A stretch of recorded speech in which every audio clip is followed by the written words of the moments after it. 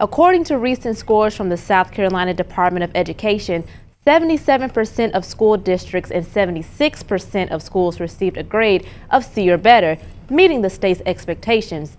But despite the academic success many schools achieved, the system used to give these letter grades has been questioned for its accuracy. In a statement from Dr. Karen Woodward, superintendent of Lexington County School District 1, she says the district shares the concerns of Neil Robinson, chair of the Education Oversight Committee, about the mixed messages sent to students, schools, and the general public, meaning, despite the increase in test scores, nearly half of the state school districts received a lower letter grade than last year. State Superintendent McZace put in the request for South Carolina schools to be granted a flexibility waiver under the Federal Elementary and Secondary Education Act, and although there are differing opinions on the effectiveness of the letter grade system, he says the system makes it more clear and easier for students, parents, and the community to understand. I think the system is pretty clear.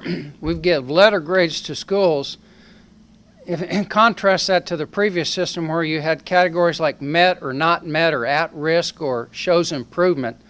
Richland 1 scored a C rating, down by 1 grade from 2012. Richland 2 kept its same B rating.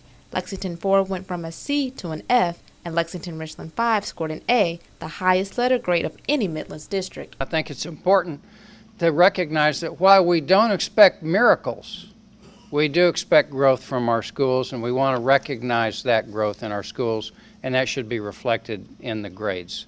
HAST and HSAP scores were also announced, showing major improvements in the state's academic performance. In the studio, Tony Talley, WACH Fox News.